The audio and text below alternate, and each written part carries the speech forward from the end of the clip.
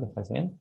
Bueno, dale a grabar. Lo voy a dejar así en modo lectura porque si no se ve muy chiquitito si pongo modo pantalla completa. Entonces, primero que nada, bueno, esto es una guía que les ofrece el Departamento de Biología Celular y Molecular de la Facultad de Medicina para poder interpretar lo que son las microfotografías electrónicas, ver cuándo se corresponde al microscopio óptico, al microscopio electrónico, y dentro de los distintos tipos de técnicas de microscopía, saber identificar a cuál estamos, con cuál estamos trabajando. Entonces, ahí se entonces, la habilidad para interpretar las microfotografías electrónicas, ME, que está mal poner ME, porque si después le van a decir microscopio electrónico, los van a confundir, o sea, o no, en realidad. La microscopía, bueno, ahí va. Primero que nada, eso. Hablaba que la microscopía electrónica es uno de los tipos de microscopía que hay. Puede ser electrónica u óptica. La óptica es aquella que nos permite aumentar cierta cantidad de veces, ver con un aumento cierta cantidad de veces mayor a lo que puede percibir la vista humana. Esto se logra mediante el pasaje de una corriente eléctrica, electrónico y eléctrico. No es lo mismo que quiero que se llene. Ese primer concepto es básico, o sea, esto es secundaria y lo estoy pasando a vuelo de pájaro porque asumo que lo tienen clarísimo. Eléctrico y electrónico no es lo mismo. Cuando hablamos de electrónicos hablamos de que se pasa una corriente de electrones, la partícula subatómica electrón, con masa despreciable, carga negativa, para poder generar una imagen que puede después interpretarse. Tenemos distintas técnicas, las dos más grandes que necesitamos conocer, entender y manejar son la técnica de microscopía óptica por transmisión de electrones y la microscopía. Hola, Hola, Zoe, ¿escuchas bien? sí, igual voy a estar un ratito hasta que me aguante la batería. Además, recién arrancamos y estábamos yendo a modo en lectura en conjunto por si no se entendió algo de esto y va a ser medio rápido. Pero así terminamos esta unidad que me parece medio al pedo. Entonces, nada, siguiendo con eso que les decía, eso, la diferencia entre óptico y electrónico. En el óptico se puede pasar, incidir un haz de luz artificial que se alimenta por una fuente eléctrica, se puede poner el espejito que toma la luz del ambiente y lo hace incidir sobre eh, eh, el objeto y la muestra histológica que estamos viendo. Y más, cuando hablamos de microscopía electrónica ya estamos sabiendo o que nos estamos refiriendo a un aumento bastante mayor, que esta imagen es debida a que pasaron electrones y generan esa imagen. Entonces, para interpretar la microfotografía electrónica requiere tener cierta experiencia y algo de conocimiento sobre la estructura de las células y los tejidos. El propósito de esta guía es orientar la observación sistemática a las clases prácticas, permitir una interpretación paso a paso del material observado. Mentira, o sea, yo no les quiero arruinar la ilusión, pero mentira, estas vienen a y para una chota, van a ir aprendiendo de la vida. Yo les recomiendo el Génesis, la quinta edición fue la que yo doy yo, capaz que una nueva, y buscar las imágenes ahí, o si no, buscar, hay muchos programas que tienen preparados histológicos, y ustedes pueden usarlos, incluso son interactivos, y le dan la posibilidad de, em, digamos, o poner opciones y ver si les coincide el nombre y demás. Entonces está. Entonces, primero que nada, para interpretar esto, tenemos que determinar la magnificación de la microfotografía, o sea, qué aumento está. Entonces puede observarse e interpretarse en un microscopio electrónico, depende entre esos elementos de la magnificación de la microfotografía. Esto a lo que hace referencia es que las estructuras que nosotros vamos a ver van a depender de qué tan aumentado esté, porque podemos ver cosas muy grandes, podemos ir y ver estructuras intracelulares o simplemente ver qué tipo celular es, o podemos ir a ver directamente la bicapa lipídica, o incluso podemos ver hasta los fosfolípidos que componen la membrana. Todo depende del aumento que tenemos, ¿está? Entonces, para determinar si en el microscopio se observan una o varias células enteras, esa es una baja magnificación, una parte de una sola célula es una magnificación mediana, y pequeños sectores de una célula o orgánulos son de alta magnificación. ¿Tá? Entonces, si nosotros vemos toda la célula en un microscopio electrónico es una baja magnificación. En un microscopio óptico, si nosotros vemos toda una sola célula, estamos hablando de que es una alta magnificación para el microscopio óptico, ¿tá? Porque el microscopio óptico tiene una menor resolución que el electrónico, pero el electrónico nos permite ver estructuras hasta moleculares, canales iónicos y demás. Entonces, eso nos va a hacer la diferencia. ¿Tá? Entonces, primero identificar primero los elementos conocidos, entonces vamos a ver eh, el núcleo o parte del núcleo, y a partir de esto vamos a ver cómo se relaciona con las estructuras vecinas. Sabemos que si hay un núcleo, nosotros vamos a ver la eucromatina, la heterocromatina, vamos a identificar que es el núcleo porque va a tener una doble bicapa lipídica en vez de una bicapa lipídica. ¿Tá? Entonces, esas cosas nos ayudan a identificarlo y cómo a generar esa adquisición. A su vez, de este reconocimiento podemos identificar lo que es la región intranuclear y la región extranuclear, o sea, el citosol o citoplasma, si queremos considerar también las estructuras citosólicas. Siguiendo con esta línea de razonamiento, vamos a ir viendo, o podemos ir disminuyendo el aumento para poder ir identificando como más el macroscópico de qué tipo de célula nos estamos refiriendo, porque nosotros solamente por el núcleo no podemos saber de qué célula estamos hablando, ¿tá? O por un cachito. Necesitamos ver la macroscopía, o al menos que tenga algún componente muy específico de un tipo celular. Si no, es imposible que nosotros podamos identificar un determinado tipo celular solamente con una sección de ese núcleo o esa célula. ¿Está? Entonces, ¿se viene entendiendo o están medios que les complica?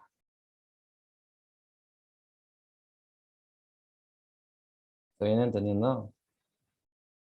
Sí, se entiende. ¿Está? O sea, Sí. es medio como basicongo lo que vengo diciendo, pero está como bueno tenerlo en cuenta.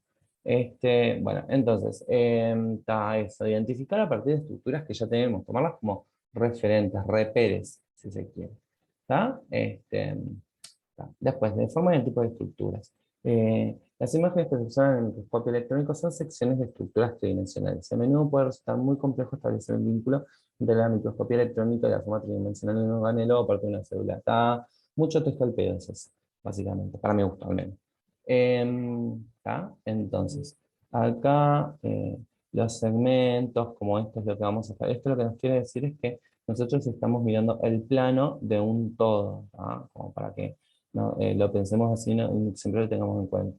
Entonces, ahí nos dice que hay diferencias estructurales entre los elementos de apariencia similar en secciones ultrafinas. En las estructuras a la F, o sea, A, B, C, D, E, F, vemos que todos las vemos como círculos o círculos concéntricos, pero se corresponden a estructuras claramente bien diferentes. Entonces, tienen formas muy diversas que pueden mostrar, sin embargo, perfiles muy similares cuando se analiza la microfotografía.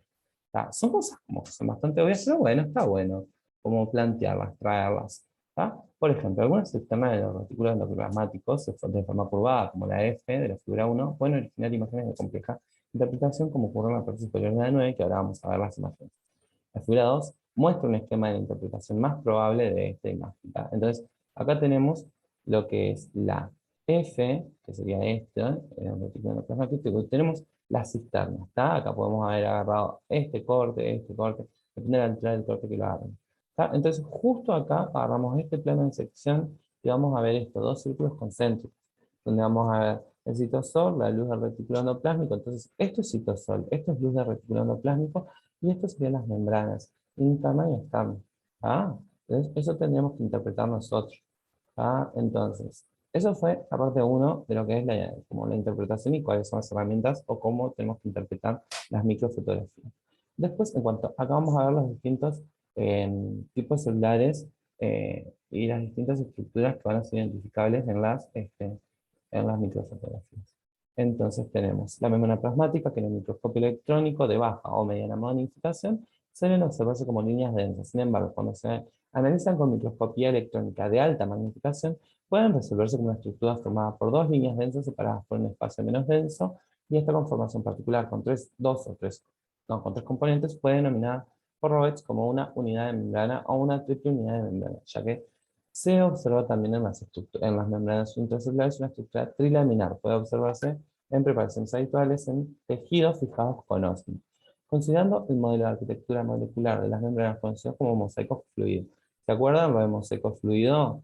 Que la característica de mosaico básicamente será a expensas de que existiera diferentes tipos de proteínas, fosfolípidos, oligosacáridos, oligoproteínas, glucoproteínas, oligoproteínas no, quiere decir lipoproteínas y glucoproteínas, y la fluidez de la membrana estaba dada porque si no estaban ancladas a la matriz extracelular o al citoesqueleto, sobre todo al citoesqueleto, la matriz extracelular ancla las células a lo que es el tejido en el que están, y cuando las ligasas o las proteínas que fijan, ¿tá?, a las estructuras de la membrana, de las proteínas de membrana del citoesqueleto, son las que le dan, como digamos, la fijación a esa proteína. Porque si no, la proteína tiene movilidad dentro de la membrana. También otra de las características que le da motilidad dentro de la membrana es el colesterol, ¿ah?, que eso lo hemos hablado varias veces. Entonces, eso es el mosaico, es por las estructuras que lo forman, ¿tá?, y la fluidez se refiere a esa posibilidad de moverse, a ese dinamismo que posee la membrana plasmática. ¿Tá? Como entender que la membrana no es algo que está fijo y que siempre las proteínas van a estar en el mismo lugar, sino que se van a ir moviendo y que tienen como esa propiedad. Es generalmente aceptado que la unidad trilaminar es el resultado de la fijación del osmio electrón denso de las estructuras polares de los lípidos de membrana. Polares, ¿qué significa? Que algo es polar porque es polar, y no porque sea el oso blanco de los hermanos escandalosos. ¿Qué es polar?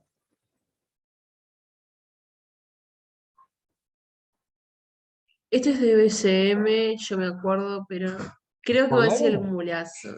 polar es de Eh, la vida. Lo he dicho 1000 millones de veces. ¿Qué es que algo está polar? Decilo, dale. Digamos brazos juntos, y juntas, y juntas. no es un mulazo, entonces es un mulazo. Mirá, decilo. Ahora ya dijiste, ahora hasta que no lo digas no hablo. Dale, decilo, ¿qué es que algo sea polar? Que una sustancia sea polar. Que puede interaccionar con el agua, puede ser, no, porque el Sí. mulazo. ¿Y por qué interactúa con el agua? Sí. ¿Por qué es soluble con el agua? Polares, los compuestos polares son solubles en agua. ¿Y por qué son solubles en agua? ¿Qué tienen que los hace solubles en agua?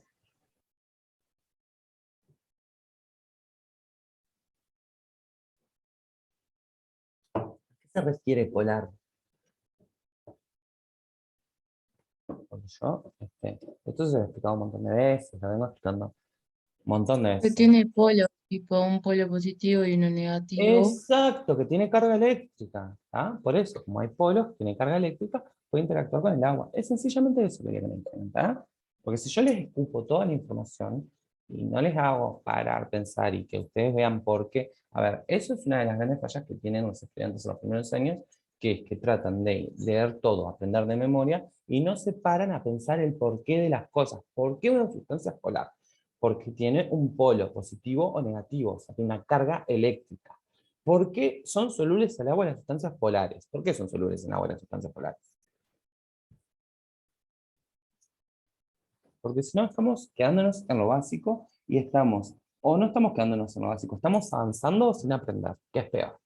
¿Ah? Y esto lo tenemos que saber, lo tendríamos que tener ya incorporadísimo. ¿Por qué las sustancias polares son solubles en agua? Porque pueden establecer interacciones electroestáticas, puede ser, o no me acuerdo ahora bien. Interacciones iónicas, Bien. electromagnéticas, también pueden formar Es, enlaces de hidrógeno. ¿Tá? Y esos enlaces de hidrógeno se dan porque la molécula de agua, debido a su conformación y debido al ángulo de 105 grados que forman entre la unión, los enlaces covalentes del hidrógeno con el oxígeno, genera una densidad de carga que es mayor debido a que tiene 6 electrones en la región del oxígeno y un electrón en cada una de las regiones de los hidrógenos, que genera que haya una densidad de carga total positiva en la región de los hidrógenos y una densidad de cargas negativas a nivel del oxígeno. Entonces esto hace que funcione como un dipolo. No tiene carga eléctrica, pero hay una densidad de cargas más negativas hacia el oxígeno y más positivas hacia el hidrógeno, lo que va a generar que pueda interactuar con distintas partículas generando los puentes de hidrógeno. No tiene cargas porque si no, en vez de generar puentes de hidrógeno, generaría enlaces covalentes, porque compartirían un electrón. Eso es un enlace covalente, es el enlace intermolecular más fuerte, que se comparte un electrón del último nivel de energía, o sea, un electrón de valencia. Por eso es covalente. ¿Tá? Por eso son más fuertes y son más estables que los enlaces de hidrógeno. ¿Ah? Entonces también pensemos eso, el porqué de las cosas, todo tiene un porqué, porque si intentamos aprender de memoria, falla. ¿Ah? Memoria falla. Y no sirve, porque no es aprender, es memorizar. Entonces, ¿ah? ¿Nos Eh, quedamos con eso? después perdón, puedo mostrar tipo unas preguntas de práctico ahí que no entiendo. No sé, lo voy a pensar en tu caso y voy a ver si tengo algo. Ah, sí, obvio, boludo. Capaz que ustedes entienden. Después igual, cuando termine de explicar todo eso. Vamos a hacer esta parte primero teórica, vamos a cerrar la grabación ahí y después vamos a analizar las imágenes. Capaz que en el medio, antes de analizar las imágenes, vemos esas preguntas que tenés tú. ¿Ah? Bueno, continuando con esto, nada, capaz que les tranca las pelotas que yo me detenga a preguntarles estas cosas, pero me parece que si no, no vamos a avanzar, ¿no? O sea, sí, al revés, peor aún. Vamos a avanzar sin que ustedes aprendan. Me voy a traer el gatito para que los mire. Ahora está enojado. Así que traten de que se pongan felices. Este gato dice cómo está de humor en función de cómo se están portando. Me porta bien, así que vos calmate y cambia de color. En función, bueno, eso. ¿Tá? Es aceptado por la red electrón denso en las estructuras polares. Electrón denso significa que se va a ver más negro en la microfotografía electrónica de transmisión de electrones. ¿Tá? Entonces, en las estructuras polares de los lípidos de membranas, pero no en sus colas hidrocarbonadas hidrofóbicas, y son hidrofóbicas con el mismo concepto, porque no tienen una carga neta, entonces por eso no pueden interactuar con el agua. ¿Tá? Luego tenemos que las proteínas, por su parte, nos juegan un papel muy importante en la imagen trilaminar resultante. ¿Tá? Y esto es debido a que nada, no van a tener una interacción con este marcador. Después tenemos que en algunas superficies celulares, que vamos a ver en la imagen 16, es posible identificar una cubierta externa formada por los glúcidos integrantes, los glúcidos integrantes de la... ¿dónde? Integrantes de la membrana, que van a formar parte del glucocálix o cubierta celular. ¿Ah? Que habíamos visto también en clases anteriores que los glúcidos que forman la membrana son particulares y son como patognomónicos de las distintas células. Son como una... Son como una identidad del tipo celular. ¿Ah? Luego tenemos el retículo endoplásmico rugoso. Eso es en cuanto a la membrana celular. Tenemos el retículo endoplásmico rugoso, el cual, como ya sabemos, tiene que ver con la síntesis de proteína, y vamos a ver al rugoso porque va a tener muchos ribosomas en su superficie. ¿Tá? Esto es porque necesita tener ribosomas porque actúa, participa activamente, muy activamente en lo que es la síntesis proteica. Posee una estructura tridimensional muy compleja con compartimentos aplanados denominados sistemas, los cuales presentan fenestraciones. ¿Qué son fenestraciones? Porque tenemos que poner un lenguaje en común. Si nosotros leemos y no entendemos qué estamos leyendo, tampoco ayuda. ¿Qué es una fenestración? Yo no sé. ¿No? Chicos, chicas, ahí está Santino, de fondo saluden a Santino. Hola. Agujeros, Ulises, agujeros. Una fenestración es un agujero. ¿Cuántos llevan en esto? ¿Por qué no preguntaron a un docente qué son fenestraciones? Ustedes tienen que sacarse todas estas dudas. Para eso están los docentes. Porque ustedes le preguntan, no pueden leer materiales, trancarse en una palabra o no entender algo y seguir y no preguntarlo. Pregunten, porque para eso están los docentes. Para eso estoy yo también. Si no lo sabían, me lo preguntan, Ulises.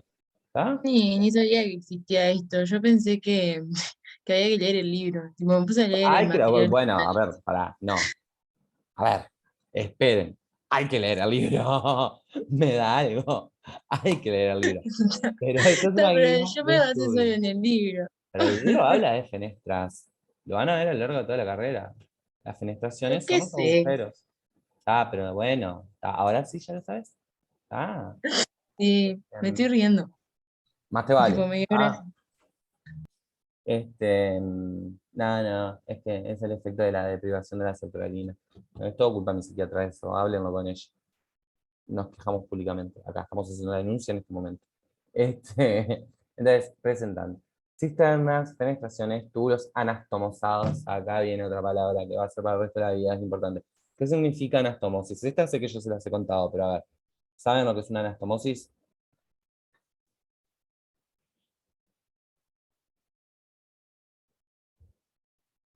¿Por qué si no saben les cuesta decir que no lo saben? Son estudiantes, están aprendiendo. Creo que cuando, por ejemplo, algo se une con otra cosa, yo ¡Bueno, qué sé. perfecto! Es eso, cuando se unen, cuando siguen de largo. Es eso. Claro. Bueno, contesten. Tienen miedo a hablar. Sáquense ese miedo. ¿Ah? Van a ser médicos y médicas. Van a estar. La palabra es una herramienta de trabajo. Empiecen a desarrollarla. ¿Ah? El 80% de la práctica médica está en la palabra, está en la anamnesis, está en hacer una adecuada anamnesis desde la semiología. Entonces, empiecen a desarrollar el don de la palabra, quizás, porque si no, están perdidas. ¿Ah? Yo se los digo realmente desde el amor, porque realmente los quiero pila y las quiero pila. Necesito que, son cagadas a pedos, pero con amor. ¿Ah? Son consejos que realmente son, yo hubiera deseado que me los hubieran dado antes. Yo justo para hablar no tengo problema, el problema es callarme a mí. Pero en serio, es importante esto, Dulce, que pregunten, se animen a preguntar, no tengan, a equivocarse, no tengan vergüenza. ¿Sí? Es una etapa formativa, están en el primer año de carrera, es cuando más tienen que animarse a preguntar y a equivocarse. Preferiría equivocarse ahí que en medio de una reanima no saber qué hacer y decir, será muy tarde para preguntar algo ahora. Porque sí, ya es tarde. Entonces tienen fenestraciones, túbulos que van a estar comunicados, o sea, anastomosados y ramificados. Y acá vamos a ver las distintas cisternas, que van a ser estas, las fenestras, que son los agujeros, y estas son las anastomosis, y los túbulos, y arriba los ribosomas. Entonces esta es la estructura tridimensional del retículo endoplásmico. Las secciones del tejido muestran, por lo tanto, superficies circulares tubulares o sáculos, como un saco, de luz aplanadas denominadas cisternas. La luz se refiere, en realidad no es una luz, es un lumen. El retículo endoplásmico no tiene una luz. Una luz es algo que contacta con el exterior. Esto, acá se hacen los las señores franceses, pero hablan como el orto también. Y son un departamento de facultad. No son luces, son lúmenes. Una luz se comunica con el exterior. Al tubo digestivo tiene una luz. Los vasos sanguíneos tienen un lumen. Pero bueno, está.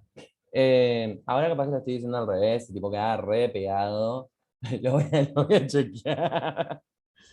Vamos a hacer la checación en vivo, porque capaz que yo me estoy haciendo el ulala, señor francés, y, tipo, y yo estoy mal y eso sí también. ¿Qué puede ser? ¿Qué puede ser? Lumen, luz y lumen. Lux Lumenen es como. El lumen es la unidad del Sistema Internacional de Medidas. No, no me sirve eso. Lumen, no. ¿Qué son los lúmenes? No. Verge. Es un tipo anatomía. Luz y lumen. Lumen intestinal. Claro, está. Dice lumen intestinal, pero lumen en realidad significaría luz. Lumen vascular. El interior del vaso es el espacio central, fluye la luz del vaso. ¿Estaré errado yo? Puede ser. En biología, lumen, en latino, usualmente denominado luz, es un espacio interior de una estructura tubular como arteria o intestino. Bueno, pero no es lo mismo. Es una cuestión semántica, es yo de histérico, pero se supone que lo correcto, y la idea es hablar correctamente, es que cuando es un espacio que se abre al exterior, es una luz, porque llega a haber una luz. Entonces el intestino, el tubo gastrointestinal, tiene una luz, mientras que cuando es algo cerrado, como el sistema cardiovascular, estamos hablando de un lumen, ¿no? Porque no se abre al exterior. Bien. Estamos acá, tubulares o sáculos de luz aplanada, digamos, el lumen, denominado cisternas. La superficie citosólica de la membrana está tachonada por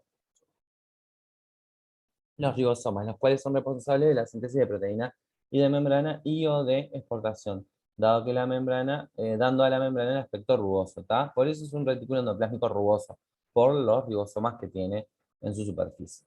Luego tenemos el retículo endoplásmico liso, la estructura general de las membranas similar al del rugoso. El liso carece de los complejos proteicos, que es el receptor SRP translocador, que se encuentra presente en alta densidad en la membrana de los retículos plasmáticos rugosos. Son responsables de la fijación de los ribosomas, lo que hace la membrana del retículo endoplásmico liso sea más flexible y el compartimiento pueda adoptar la forma de los túbulos anastomosados en lugar de cisternas como ocurre con el rugoso. ¿Tá? Entonces, va a ser más como así que así. ¿Se entiende? Quedan 10 minutos. A ver, ¿cuánto queda de esto? Queda poquito. En 10 minutos, si nos llevo cagando, lo hacemos. ¿Está? ¿Les parece? Lo bueno de esto es que no les voy a hacer más preguntas. O sí. Bueno, los lisosomas, a diferencia de otros organelos como las mitocondrias, por ejemplo, poseen una estructura claramente definida y reconocible fácilmente. Sí, son fáciles de ver. Los lisosomas exhiben variedad en tamaño y gran heterogeneidad en su estructura interna y están rodeados por una membrana. Algunos son esféricos y poseen un contenido uniforme de densidad moderada, mientras otros muestran perfiles irregulares y contienen agregaciones de material denso en una matriz menos densa. La heterogeneidad de los lisosomas es atribuible en parte al hecho de que representan varios estadios en el proceso dinámico de la digestión intracelular. Intracelular, los de tamaño pequeño con contenido relativamente homogéneo suelen representar un almacenamiento de enzimas hidrolíticas, aún no implicados en fenómenos digestivos, y son denominados lisosomas primarios. Entonces, los lisosomas primarios son aquellos que todavía, denme un segundo.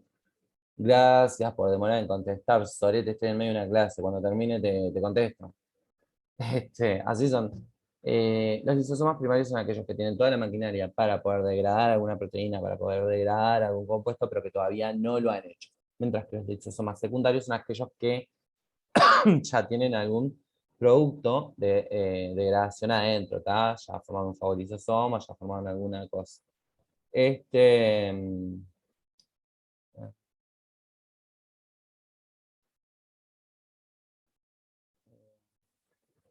Entonces, eso, ¿está? Bien, eso, yo le dije, estadías del proceso, ta. Los tamaños son, digestivos son lisosomas primarios, son unos libros de texto.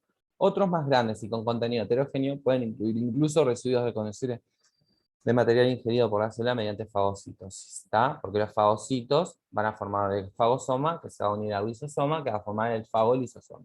Eso ya lo hemos visto también, pero está.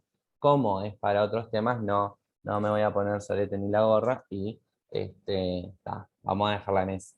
Las mitocondrias es un organelo, me vale 3 hectáreas de verga cuando se empezó a estudiar. La caracterización de su estructura fue desarrollada de forma... Pero no me importa para de Strong. La mitocondria está delimitada por una membrana externa continua, la cual está tapizada por dentro por una membrana interna que forma pliegues estrechos o crestas. A ver, lo importante, la mitocondria tiene una doble bicapa lipídica. Tiene una membrana mitocondrial externa y una membrana mitocondrial interna, y en el medio tiene un espacio intermembrana. La externa es continua y está tapizada por la membrana interna. La membrana interna forma los pliegues estrechos que van a formar las crestas, las cuales se proyectan hacia adentro, delimitando un espacio intermembranoso. El interior del organelo está ocupado por una matriz densa que aparece homogénea, excepto por algunos granulos de unos 30 nanómetros de diámetro. Examinando las mitocondrias de numerosos tipos celulares, se pueden encontrar variaciones en la forma y tamaño del organelo. Aunque el plan básico de organización estructural escrito por Palade, que son son mamones de Palade y Strongham, se manejan a pesar de esta diferencia. No me interesan el modelo de estos tipos. Igual tenganlos en la mente, porque se los pueden preguntar, porque les va a encantar preguntar cosas al pedo como esto, que no sirve para nada. Pero sirve para sacar gente, porque hay mucho que se está notando en facultad. Así que, yo qué sé, consejo de viejo histérico, tengan esos nombres presentitos, porque se las pueden preguntar en lo que es tipo el modelo, si se quiere, teórico de lo que es la mitocondria. Y si no quieren, bueno, no se lo aprendan. El aparato de Golgi es un organelo presente en prácticamente todas las células eucariotas. Fue observado, no me importa. Su principal función se asocia a las actividades secretorias de la célula. Tiene mucho que ver con esto de la formación de las vesículas y de poner las proteínas de señal. No cambia de color porque está en batería, pobre gatita. Las proteínas de señalización, como las clatrinas, las COP y demás. Su posición intercelular, tamaño y configuración varían en diferentes estados de actividad fisiológica en la misma célula. A la resolución del microscopio electrónico se observa constituido por sáculos aplanados limitados por membranas, que son las externas, íntimamente empaquetados en pilas en un arreglo paralelo. Las membranas tienen contorno liso y el número de cisternas asociadas en cada pila varía con el tipo celular y su estadio fisiológico. Es común observar entre 2 a 8 cisternas en cada pila, aunque pueden observarse desarrollos mucho más importantes. La luz de cada cisterna es relativamente aplastada en su porción lateral y generalmente expandida en sus extremos. Las cisternas se encuentran ligeramente curvas, de modo que cada pila tiene una superficie convexa, y esto es lo importante, todo eso es al pedo, lo importante es esto. Tienen una cisterna cis o cara cis, que es convexa, una cara trans, ¿tá? Que es cóncava, y en el medio tienen una medial. ¿Tá? El Golgi es ese. ¿Tá? Cisterna cis, cisterna trans, cisterna medial. Las cisternas se diferencian cada una de estas pilas ensambladas en arreglos paralelos que corresponden a las dictiosomas descritos por los microscopistas clásicos y que aún se describen en algunos textos, aún en algunos, ¿tá? Son de los clásicos, que las son. En la mayoría de los tipos celulares del aparato de Golgi consiste en varias de estas pilas o dictiosomas arregladas formando la pared de una hemisfera o esfera hueca dentro del cual se localiza el centrosoma. Y luego tenemos el núcleo interfásico, que lo hemos visto pila de veces y hemos visto pila de microfotografías electrónicas por transmisión de electrones, cuando estábamos estudiando leyes de Mendel, mitosis, meiosis y división celular, y cuando vimos genética. Así que más les vale que lo reconozcan porque va a tabla. Entonces, el núcleo es el repositorio, me suena a supositorio, ¿no? El repositorio del genoma y por lo tanto la fuente principal de macromoléculas que controlan las actividades sintéticas de la vida. Por lo cual, sintéticas de síntesis, no de falsas. Por lo cual está presente en prácticamente todas las células eucariotas. Las pocas células que carecen de núcleos, como los eritrocitos, solo pueden vivir un periodo muy limitado y en su ausencia de actividad sintética. Los eritrocitos tienen una vida media cuando son de adultos de 120 días, ¿tá? O sea que cada 3 meses, si estamos valorando un tratamiento de una anemia con hierro y demás, tenemos que esperar 3 meses instalado el tratamiento para poder hacer una valoración real del intercambio de esos eritrocitos y de esa hemoglobina. Si es hemoglobina fetal, tenemos que tener en cuenta que como no es la hemoglobina A, sino es la hemoglobina F, va a vivir unos 90 días, tiene una menor vida la hemoglobina fetal que la hemoglobina del adulto. Por eso en los lactantes hay un periodo de ictericia fisiológica. Se encuentra limitado por una envoltura nuclear formado por 2 membranas, así que importante, el núcleo tiene una doble bicapa lipídica, la cual posee poros, eso es otra cosa importante y las ayuda a diferenciar de las mitocondrias, rodeados por complejos de poros que regulan el pasaje de macromoléculas entre los comportamientos nuclear y citosólico. La membrana nuclear interna se asocia por su cara interna con filamentos intermedios que constituyen una lámina nuclear. Los filamentos intermedios son parte del microtúbulo, acuérdense, filamentos de actina, filamentos intermedios y microtúbulos, las 3 estructuras importantes del citoesqueleto, y los vamos a tener una clase específica de ellos, que mantiene la forma del organelo. El material genético en el interior del núcleo se asocia con proteínas para formar la cromatina es ADN y las células accesorias, la cual puede tomar diferentes configuraciones en diferentes fases del ciclo celular. El núcleo metafásico, ¿tá? En el núcleo metafásico toda la cromatina está compactada, está en forma de heterocromatina. ¿Tá?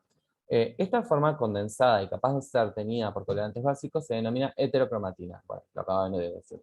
En el microscopio electrónico se observa como fibras electrodensas y irregulares. El resto de la cromatina permanece dispersa en la matriz nuclear en una forma que no puede ser identificada en preparaciones microscópicas. Esa es la eucromatina, la que es transcripcionalmente activa. Esta porción indetectable en estas preparaciones se denomina eucromatina, bueno, lo que se acaba de decir.